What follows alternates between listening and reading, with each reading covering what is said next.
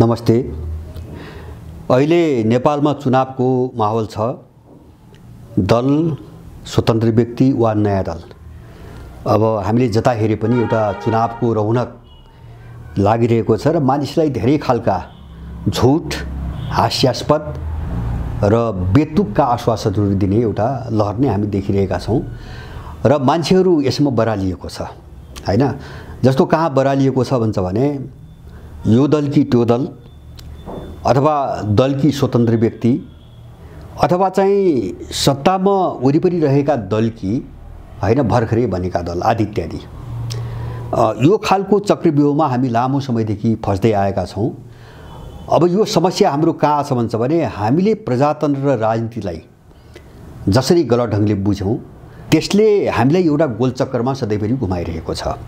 जस्तो राजनीति भनेको सामान्यतः त्यसको शाब्दिक अर्थ हेर्दा पनि के बुझिन्छ भन्छ भने त्यो राज्य सञ्चालनको नीति हो। राज्य सञ्चालन गर्ने एउटा नीति, राज्य सञ्चालन गर्ने नीति हो भने त्यहाँ के पर्यो हैन, त्यहाँ शक्तिको कुरा पर्यो, त्यहाँ चाहिँ विकासको कुरा पनि पर्यो हैन, त्यहाँ सभ्यता संस्कृतिका कुरा पनि परे, त्यहाँ नैतिकताका कुराहरू पनि परे, त्यहाँ न्यायका कुराहरू पनि परे।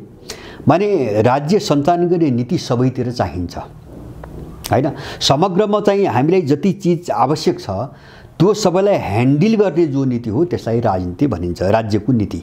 तर हामी के बुझिरहेका छौँ भन्छ भने राजनीति भनेको शक्तिमा जाने, पावरमा जाने चाहिँ तपाईँको लडाइँ हो भन्ने मात्रै हामीले बुझिरहेका छौँ।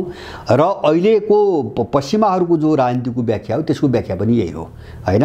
जस्तो पश्चिमाहरूको थटमा के भन्छ भने राजनीति भनेको पावरको निम्ति गरिने स्ट्रगल हो हैन, शक्ति कसरी हत्याउने भन्ने जो लडाइँ हो त्यो लडाइँ नै राजनीति हो भन्ने जो स्कुलिङ हो त्यसले हामीलाई घुमाइरहेको छ। र हामी के बुझिरहेका छैनौँ भन्छ भने राजनीतिभित्र पावरको कुरा मात्र हुँदैन, परोपकारको कुरा पनि हुन्छ। राजनीतिभित्र चाहिँ तपाईँको के अरे अधिकारको कुरा मात्रै हुँदैन, राजनीतिमा कर्तव्यको कुरा पनि हुन्छ हैन, समग्र कुरा हुन्छ। एउटा हाम्रो चाहिँ त्यो त्यसप्रतिको बुझाइ, पश्चिमा बुझाइ र हामीसँग हुनुपर्ने बुझाइ, त्यसको अन्तरको कारणले हामी एउटा गोलचक्रमा फँसेका छौँ। नम्बर 1। दोस्रो चिज प्रजातन्त्र जो हामीले भनिरहेका छौँ नि। जस्तो तपाईँ हामीलाई शासन व्यवस्था, जस्तो मान्छे सुरक्षित हुने, सन्तुष्ट हुने, खुसी हुने र समृद्ध हुने त्यस्तो खालको चाहिँ व्यवस्था चाहिएको हो कि हामीलाई चाहिँ 4-5 वर्षमा चुनाव गरेर हैन कुनै लुटेराहरूलाई, कुनै एलिटहरूलाई, अभिजातहरूलाई आलो पालो सत्तामा गएर खाने बाटो खोल्ने सिस्टम हामीलाई चाहिएको हैन। हामी यो बहसमा पनि गएनौँ हैन। जस्तो हामी सुन्छौँ नि, जस्तो प्रजातन्त्र त अहिले मात्रै त होइन, संसारमा त प्राचीन कालदेखि छ। जस्तो हामी वैदिक साम्यवादका कुराहरू सुन्छौँ हैन। वैदिक साम्यवादको व्याख्याले के भन्छ भने त्यो यस्तो बेलाको समाज व्यवस्था हो जुन बेला राज्य पनि थिएन, कानुन पनि थिएनन् र शासक पनि थिएन। माने त्यो एउटा समाज व्यवस्था हो तर अत्यन्तै उत्कृष्ट उच्च कोटिको समाज व्यवस्था हैन। समाज व्यवस्था, त्यहाँ राज्य भन्ने चिजै थिएन। अब त्यो पनि हामी चाहिँ पढिरहेका छौँ, इतिहासमा साहित्यमा हामी पढिरहेका छौँ। हामी चाहिँ प्राचीन गणराज्यका कुरा गर्छौँ, जस्तो एथेन्स भयो, इन्डियामै पनि चाहिँ महाजनपदहरू भन्थे। कपिल वस्तुको शाक्य गणराज्यको कुरा पनि हामी इतिहासमा पढ्छौँ। अब विश्वमा यस्ता धेरै प्रयोगहरू थिए, जस्तो अहिले चाहिँ इतिहासले खोज गर्न नसकेका धेरै यस्ता चिजहरू छन्। माया सभ्यताभित्र, इन्का सभ्यताभित्र, पेगान सभ्यताभित्र, स्लाभिक सभ्यताभित्र यस्ता थुप्रै चिज छन्। किराँत सभ्यताभित्र थुप्रै चिजहरू छन् जहाँ चाहिँ मान्छे एकदमै सुखी थियो, समृद्ध थियो, खुसी थियो हैन। उसमा पीडा र तनाव भन्ने चिज थिएन हैन। त्यस्ता युग पनि हामीले देख्यौँ। तर यिनी त्यहाँ कहीँ पनि दल थिएन, त्यहाँ दल पनि थिएन, यस्तो जस्तो चुनाव पनि हुँदैन थियो। किन त्यहाँ शासकहरूको एउटा गुण हुन्थ्यो, योग्यता हुन्थ्यो हैन। जस्तो शासन कसले गर्न सक्छ अथवा शासन गर्न हकदार को हुन्छ त्यसका के योग्यता हुन्थे, मापदण्ड हुन्थे, त्यस्तो व्यक्ति मात्रै चाहिँ तपाईँको सरकारमा जान सक्थ्यो। अहिले जो सरकार भन्छौँ हामी, सरकारमा जान सक्थ्यो।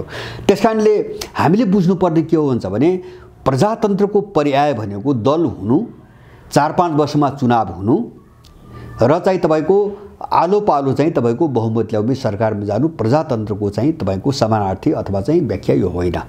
यो त के हुन्छ भने गएको झनै 200 वर्ष यता, 200-250 वर्ष यता 200-250 वर्ष यता विश्वमा विकास भएको, पश्चिमा दुनियाँमा विकास भएको एउटा मोडेल मात्रै हो।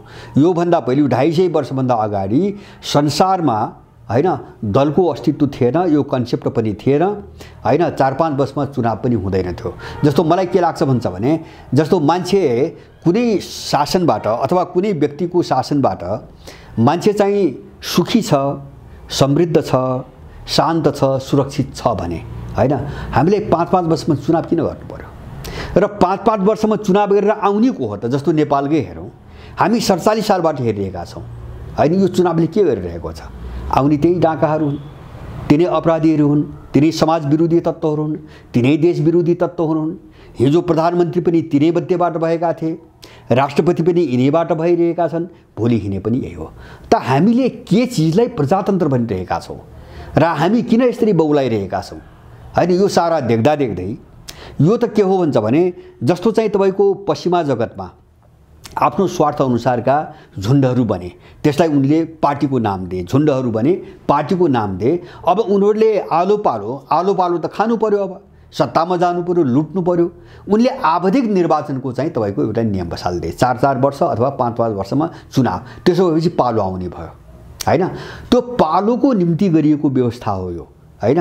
यो चाहिँ तपाईँको दीर्घकालीन एउटा जस्तो दिगो विकासको निम्ति हैन, मान्छेको चाहिँ तपाईँको उज्जवल भविष्यको निम्ति विकास भएको प्रणाली होइन यो। त्यसकारणले गर्दाखेरि होला हाम्रो निम्ति त्यो 4-4 वर्षमा, जस्तो 4 वर्षमा अर्को चिज हामीले हेर्ने के हो भन्छ भने, ल अब पार्टी त बदलिरहेका छन् नि। जस्तो 47 सालपछि काङ्ग्रेसको चाहिँ बहुमतको सरकार बन्यो, अनि चाहिँ मान्छेले एमालेलाई भोट दियो, ठुलो पार्टी बन्यो हैन, गठबन्धनको सरकार बनायो 51 सालमा। अब संविधान जारी भएपछि ओलीकै पनि बहुमतको सरकार बन्यो। सरकार त बनि नै रहेका छन्, 4-4, 5-5 वर्षमा चुनाव पनि भइरहेको छ, सरकार पनि बनिरहेका छन् र फरक समयमा बदलिरहेका पनि छन्। जस्तो कहिले काङ्ग्रेस ठुलो पार्टी, कहिले एमाले ठुलो पार्टी, कहिले माओवादी ठुलो पार्टी, कहिले अर्को ठुलो पार्टी। यसले के देखाउँछ भन्छ भने, जो हामीले मास भन्छौँ नि, भिड भन्छौँ, भिड एउटा सेन्टिमेन्टमा हिँड्छ। किन?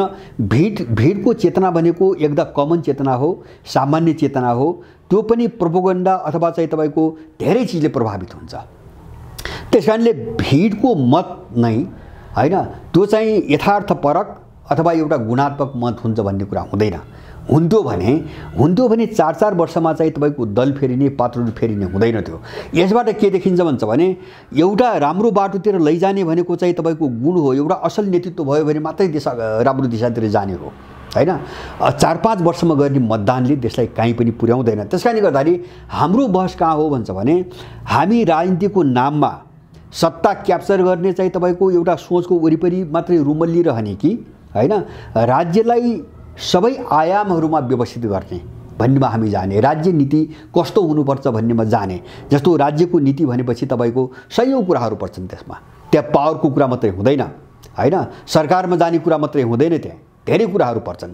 अर्को प्रजातन्त्र, मैले भने प्रजातन्त्र भनेको हामी बहस किन के गरेनौँ भन्छ भने, हामीलाई सुख समृद्धि, सुरक्षा र एउटा आनन्दको जीवन चाहिएको हो कि, अनि यिनी लुटेराहरूलाई 4-4 वर्षमा चाहिँ पालो दिनुको निम्ति चाहिँ हामीलाई चाहिएको। हामी यो बहसमा पनि गएनौँ हैन। जस्तो मैले एउटा उदाहरण पहिले पनि दिएको थिएँ, जस्तो अहिले होला हाम्रो मोडेल छुट्टै हुन्छ। मैले चाहिँ कसैका मोडेलमा जानुपर्छ भन्ने मैले भन्न खोजेको होइन। चीनलाई पश्चिमाहरूले एकाधिकारवादी भन्छन् हैन, पार्टीको सत्ता भन्छन्, तर त्यही देशमा गरिबी छैन। गरिबी उन्मूलन गर्यो चीनले, 2 वर्ष अगाडि घोषणा गर्यो। एकजना पनि चीनमा गरिबीको रेखामुनि मान्छे छैन हैन। तर अमेरिकामा के हालत छ आज? अमेरिकामा हालत के छ? इन्डियामा चाहिँ तपाईँको करोडौँ मान्छेहरू चाहिँ के अरे चाहिँ आकाशमुनि सुतिरहेका छन्, भिख मागेर खाइरहेका छन्। उनको प्रजातन्त्रको हालत पनि हामी देखिरहेका छौँ हैन। अथवा तपाईँको रुसको उनीहरू आलोचना गर्छन्, तर रुसभन्दा धेरै गए गुज्रेको तपाईँको स्थिति अमेरिकनहरूको छ। अफ्रिकी देशहरू आफ्नै ढङ्गले बाँचिरहेका छन् हैन। त्यो पश्चिमा मोडेल नै बोक्नुपर्छ भन्ने उनीहरूलाई छैन हैन। अब यस्ता धेरै प्रयोग छन्, आफ्ना प्रयोग छन्। हामीलाई चाहिँ जुन ढङ्गले हाम्रो देशको विकास हुन्छ र यहाँको मान्छे चाहिँ खुसी हुन्छ, सन्तुष्ट हुन्छ, हामीले त्यही मोडालिटीमा काम गर्ने हो। त्यसकारणले गर्दाखेरि प्रजातन्त्र भनेको दल हुनु मात्रै है। मैले भने जो अहिले व्याख्या गरिन्छ हामीलाई, दल हुनु हैन, शासन प्रणालीमा दलको सर्वोच्चता हुनु, 4-5 वर्षमा चुनाव हुनु, यसलाई प्रजातन्त्र भनिँदैन। हामी गलत चिज बुझिरहेका छौँ हैन। प्रजा जस्तो शब्दैबाट बुझ्नु, प्रजा भनेको चाहिँ नागरिक, जनता हैन। जब जनताको तन्त्र हो भने पहिले त त्यो खुसी हुनु पर्यो, त्यो सुरक्षित हुनु पर्यो, त्यो समृद्ध हुनु पर्यो हैन। जुन देशको नागरिक 80 लाखको सङ्ख्यामा देशभित्र चाहिँ काम नपाएर विदेश गएर बसेको छ, त्यस्तो शासनलाई चुनाव गरेकै भरमा अनि चाहिँ तपाईको पार्टी खोल्न पाएकै भरमा हामी प्रजातन्त्र भनिरहेका छौँ हैन। जुन देशलाई सिधै विदेशीले चलाइरहेको छ त्यसलाई हामी प्रजातन्त्र भनिरहेका छौँ। हामी यो चाहिँ एउटा दूषित विचारबाट पहिले बाहिर आउन जरुरी छ। मैले यो जरुरी देख्छु यो बहसको क्रममा, किन विश्वभरि यही बहस भइरहेको छ आज। र हामी पनि यसैमा आज फसिरहेका छौँ एउटा गलत चिजमा, कि हामी चाहिँ यिनीहरूले नक्कली ढङ्गले जुन चिज लादे हामीलाई हैन। जस्तो कुनै शक्तिले, जस्तो पश्चिमाहरूले आफ्नो स्वार्थको निम्ति, आफ्नो हितको निम्ति जुन चिज विश्वभरि लादे, हामीले त्यसैलाई ब्रह्म सत्य मानेर चाहिँ अगाडि बढिरहेका छौँ। हामी त्यही नै फसिरहेका छौँ। त्यसैले गर्दाखेरि अब यस्ता चुनावहरूमा हुने जो आश्वासन हुने होला, चुनाव लड्नुपर्छ, मैले त्यसलाई इन्कार गर्न खोजेको होइन, तर चाहिँ चुनावमा जाँदाखेरि बहस के हैन। जस्तो चाहिँ तपाईँको म विकल्प हुँ जसले भन्छ हैन, उनीसँग सोध्नु पर्यो। आम मान्छेहरूले के सोध्नु पर्यो त भन्दाखेरि, जस्तो यो प्रजातन्त्रभित्र अथवा जसलाई अहिले उनीहरू लोकतन्त्र भन्छन्, यो व्यवस्थाभित्र 60 सालदेखि आजसम्म हैन एउटा मान्छे पनि उभो किन लागेन त? किन लागेन हैन? अहिले सत्तामा भएका जस्तो शेरबहादुर प्रचण्ड, माधव नेपाललाई गाली गरे मात्रै पनि भएन हैन। जस्तो योभन्दा अगाडि केपीको पालामा पनि यही थियो, त्योभन्दा अगाडि शेरबहादुरको पालामा पनि यही थियो, त्योभन्दा अगाडि गिरिजाको पालामा पनि यही थियो। त्यो मात्र हैन, 60 सालमा जानुहोस् तपाईँ मातृका हेर्नुहोस् कि अर्को मान्छे हेर्नुहोस्, यही थियो स्थिति। त्यसकारणले जो प्रजातन्त्र भन्ने चिज आयो नि, हामीले 60 सालदेखि उही चिज देखिरहेका छौँ र हालत मान्छेको उही छ हैन। हामीले के देखिरहेका छौँ हुन्छ भने 60 सालदेखि 17 सालको बिचमा ठुला उपलब्धि भने के हुन् हैन, गरेको के हो। जस्तो तपाईँ हामीले चर्चामा सुन्ने कुरा कोशी सम्झौता, गण्डकी सम्झौता, भारतीय सैनिक मिसन, इन्डियनहरूलाई नागरिकता आदि इत्यादि राम्रो कुरा हामी सुन्दैनौँ। 47 सालपछि हामी के सुन्छौँ? लाउडा काण्ड, धमिरा काण्ड, चेजेर काण्ड, पजेरो काण्ड हैन, दासढुङ्गा काण्ड, दरबार हत्याकाण्ड, माओवादी युद्ध। राम्रो काम के गर्यो सबैले सम्झिन लायक एउटा चिज छैन हैन। त्यसपछि हामी के देख्छौँ?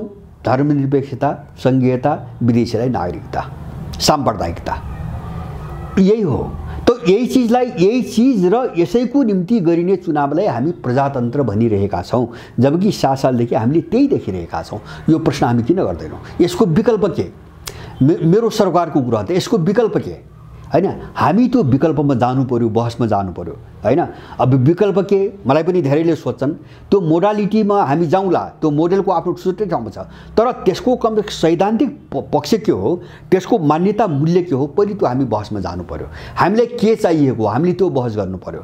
त्यसैले गर्दाखेरि जो एउटा बाहिर चाहिँ एउटा रूप अथवा एउटा चाहिँ बोक्रो हैन विदेशीले चाहिँ तपाईको निर्यात गरिदिएका छन्, त्यसलाई समातेर हामीले एउटा घातक बहस गरिरहेका छौँ र हामी एउटा गोलचक्रमा चाहिँ तपाईको फसिरहेका छौँ। त्यसकारणले गर्दाखेरि अहिले चाहिँ हामी जस्तो हामी एउटा हेरौँ, जस्तो अहिलेको शासन प्रणालीको म 2-3टा मात्रै उदाहरण दिन्छु, धेरै होइन। जस्तो न्याय प्रणाली कसरी छानिन्छ यहाँ? जस्तो न्यायाधीश को मान्छे जान्छ जसले परीक्षामा धेरै अङ्क ल्यायो वा बढुवामा धेरै अङ्क ल्यायो हैन, ऊ चाहिँ न्यायाधीशमा माथि चढ्दै जाने त्यही हो। तर यहाँ के हेरिँदैन? त्यसमा न्याय सम्पादन गर्ने, न्याय दिने गुण छ कि छैन त्यो हेरिँदैन हैन। पुरै न्याय प्रणाली पुरै गणितीय छ, मानवीय होइन, पुरै गणितीय छ। विश्वभरि यो पश्चिमा थटको कुरा गर्दैछु मैले, हामी त्यही प्रयोग गरिरहेका छौँ। जस्तो यहाँ तपाईँ न्यायालयको हविगत देख्नुभयो नि हैन, यो किन भयो हैन? यिनीहरू चाहिँ तपाईको न्याय दिने गुण, त्यो चरित्रका हिसाबले न्यायाधीश भएका मान्छेहरू होइनन् हैन। त्यस्तो सिस्टम छैन, त्यस्तो न्याय प्रणाली नेपालमा छैन हैन। अङ्कको आधारमा न्यायाधीश छनौट गरिन्छ, न्याय दिने गुण र योग्यताको आधारमा हेर्छ। जस्तो दोस्रो कुरा मन्त्री मानिएको कुराहरू को मान्छे हुन्छ हैन, जसको पार्टीमा पहुँच छ र जसको पार्टीले धेरै सिट ल्याउँछ। त्यसका पछाडि कुनै योग्यताले काम गर्दैन, त्यो अपराधी होस् वा जेसुकै होस्, समाज विरोधी होस्, देश विरोधी होस्। अहिलेको चुनावमा चाहिँ विदेशी नागरिकता लिएका मान्छेहरू चुनाव लडिरहेका छन्, भोलि मन्त्री हुने त्यही हुन्। 63 सालदेखि लगातार यही हुँदै आछ, पहिले पनि भयो हैन। त्यसकारणले मन्त्री र मान्य हुने योग्यता के? पार्टीमा पहुँच अथवा त्यो पार्टीले ल्याउने धेरै सङ्ख्या। त्यहाँ योग्यताको कुरा हुँदैन। कस्तो मान्छे मन्त्री हुन लायक हुन्छ त्यो विषयमा चाहिँ कुनै पनि वास्ता गरिँदैन। म तपाईको नेपालको अर्थतन्त्रको कुरा गर्छु हैन। विकसित अर्थतन्त्र भने के? जस्तो अहिले पश्चिमाहरूको विचार अनुसार विकसित अर्थतन्त्र भनेको के हैन? जसले सबभन्दा बढी राजस्व चाहिँ सङ्कलन गर्छ। जस्तो चाहिँ नेपाल एकदम सुदृढ भयो, यहाँका दलालहरूले के भन्छन्, त्यो राजस्व बढ्यो भने नेपाल बलियो भयो भन्छन्। तर यिनको अर्थतन्त्रसँग नागरिक समृद्ध हुने कुरा, नागरिकले रोजगारी पाउने कुरा, नागरिक खुसी हुने कुरा यिनको आर्थिक अवधारणासँग जोडिएको छैन हैन। यिनले विकास के लागि भन्छन्? राजस्व बढ्नु। किन राजस्व बढेपछि यसलाई लुट्ने चाहिँ तपाईँको आधार फराकिलो बन्दै जाने भयो। जति राजस्व हुन्छ यिनको लुट त्यति चाहिँ विस्तार हुने भयो। यिनले बढी लुट्न पाउने भए, डकैती गर्न पाउने भए। जस्तो भन्नुहोस् नि, नेपालको यो सालको बजेट मैले पहिले पनि भनेको थिएँ, यो सालको बजेट कुल नेपालभित्रको कुल राजस्व आन्तरिक स्रोत हाम्रो जम्मा पौने 10 खरब मात्रै छ। पौने 10 खरब छ मोटामोटी हैन, पौने 10 खरब छ। तर चालु खर्च, सामान्य खर्च भनेको के? अनुत्पादक क्षेत्रमा जस्तो तलब, सेवा, सुविधा, भत्ता, भोज भतेर, विदेश भ्रमण आदि इत्यादि, उपचार विभिन्न शीर्षकमा गर्छन् यिनीहरू। त्यसमा गरिने खर्च 9.5 खरब। 9.5 खरबको हाराहारीमा छ। भनेपछि कुल राजस्व नेपालको एक वर्षमा जति उठ्छ त्यसबाट यिनले चालु खर्चको नाममा खाइसकेपछि बस्ने खर्च, यो अहिलेको भएको बजेटमा बस्ने खर्च भनेको 55 अरब भन्दा बढी छैन। ल विकास भनेको त्यही हो। यिनले त्यो पनि सबै भ्रष्टाचारमा खाइदिन्छन् यिनीहरू। भनेपछि यिनको अर्थतन्त्र के हो भन्छ भने जति चाहिँ तपाईको राजस्व उठ्छ उनको खाने दायरा बढ्छ, उनको मात्रा बढ्छ। तर यिनको अर्थतन्त्रले के भन्दैन भन्छ भने हाम्रो अर्थतन्त्रले कति नेपालीले रोजगारी दिन्छ हैन। अब उत्पादनको क्षेत्रमा देश कति आत्मनिर्भर हुन्छ र हामी कसरी एउटा पराधीनताबाट अथवा हाम्रो वैदेशिक व्यापार घाटा कति घट्छ त्यो सरोकार यिनीहरूलाई हुँदैन हैन। त्यसकारणले गर्दाखेरि यो पश्चिमा जो चाहिँ थट लागु छ नि, जस्तो शासन प्रणालीभित्र मैले भने मन्त्री मानिएको हैन, जसँग पावरको चाहिँ सम्बन्ध नजिक छ, त्यो योग्यता होइन। न्यायाधीश हुनेको जसले अङ्क बढी ल्यायो हैन, न्याय दिने गुण होइन। अर्थतन्त्र कस्तो? जहाँबाट एकदम बढी राजस्व उठ्छ हैन, मान्छेले रोजगारी पाउने होइन, मान्छे सन्तुष्ट हुने होइन हो। यिनी मूल्यमा लडौँ हामी। हाम्रो लडाइँ यहाँ हो। हाम्रो लडाइँ यही दलाल व्यवस्थाभित्र, यही विदेशीले इम्पोज गरेको व्यवस्थाभित्र यो दल कि त्यो दल कि स्वतन्त्र भन्ने लडाइँ हाम्रो होइन हैन। यो चुनावको सबै नेपालीहरूले गहिरिएर बुझ्नुपर्ने कुरा हो। आज सारा विश्व यो लडाइँमा अगाडि बढिरहेको छ। मैले समग्र विश्वको लडाइँ यही देख्छु अहिले। चाहे युक्रेनको कुरा गर्नुहोस्, चाहे ताइवानको कुरा गर्नुहोस्, चाहे चाहिँ तपाईँको अब ग्रिस र टर्कीको कुरा गर्नुहोस्, चाहे चाहिँ इरान र इजरायलको कुरा गर्नुहोस्, जता तनावहरू बढिरहेका छन्। लडाइँका चाहिँ सारा सार्थत्व यही जोडिएका छन् र हामीले हाम्रो देशको राजनीतिक लडाइँलाई पनि हामीले यही बाटोमै जोड्नुपर्छ। मैले 3टा कुरा भनेर टुङ्ग्याउँछु। पहिलो कुरो, हामीले राजनीतिको चाहिँ तपाईँको व्याख्यालाई चाहिँ आफ्नो ढङ्गले परिभाषित गरौँ। राजनीति भनेको पावरको निम्ति सङ्घर्ष मात्रै होइन हैन, त्यो समग्र राज्य चलाउने नीति हो।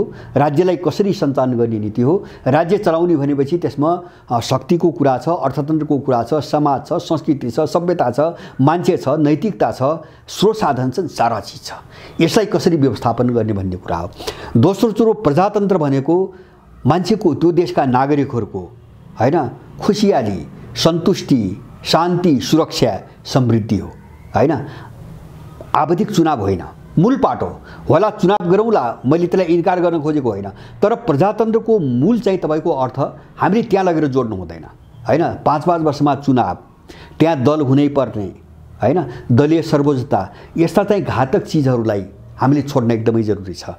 र हामीले कहाँ जानु छ भन्दाखेरि यस्ता चाहिँ आयातित चिजबाट सबै क्षेत्रलाई जसरी परिभाषित गरेको छ, जस्तो मान्छेको योग्यताको परिभाषा हैन, गणितको हिसाबमा मान्छेलाई नाप्न सकिँदैन। मान्छेलाई नाप्ने उसको चाहिँ तपाईँको गुणको आधारमा हो, उसको चरित्रको आधारमा हो। यिनी सबै मूल्यहरू हामी स्थापित गर्न जब सक्दैनौँ। जस्तो मैले न्यायकै कुरा गरेँ, हिजो चाहिँ हामी सानै हुँदाखेरि पनि हामीले देखेको, धेरैले यहाँहरूले पनि देख्नुभयो, पञ्चभल आदमी भन्थे, गाउँघरमा जुट्थे। कहीँ अन्याय पर्यो गाउँघरका मान्छे अदालत जाँदैनथे त्यसबेला त्यो चलन थिएन। फाटफुट्ट जग्गा जमिनका अंशबन्डाका केसहरू जो सिधै कानुनसँग जोडिएका छन् त्यस्ता बाहेकहरू कुनै केसहरू चाहिँ अदालत जाँदैनथे।